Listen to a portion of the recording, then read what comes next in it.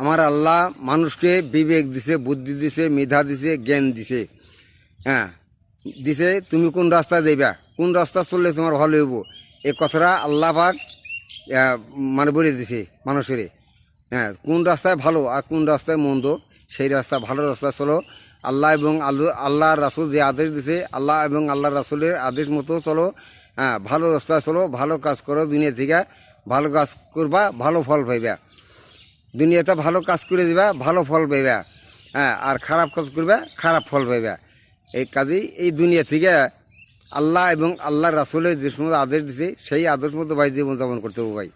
ভাই একদিন মৃত্যুবরণ সবাই কী করতে হবে, মৃত্যুর পরে দিয়ে দেবো কবরে। কবরের দিকে আর শেষ পর্যন্ত সিধে আবার হাসরের ময়দানে আল্লাহ পাক উঠাইব।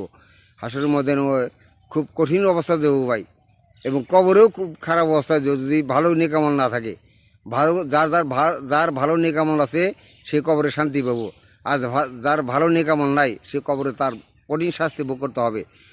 কঠিন শাস্তি ভাই ভোগ করতে হবে। কাজেই দুনিয়ায় হায়াত থাকতে ভালো ভালো কাজ করে দেবো আমরা, ভালো নেকামল জন্য করে যেতে পারি। আল্লাহ তুমি তৌফিক দান করো। ভাই আমার ইসলামিক ভিডিও এটা যদি ভালো লাগে, হ্যাঁ, তাহলে একটা ফলো করে দিন ভাই।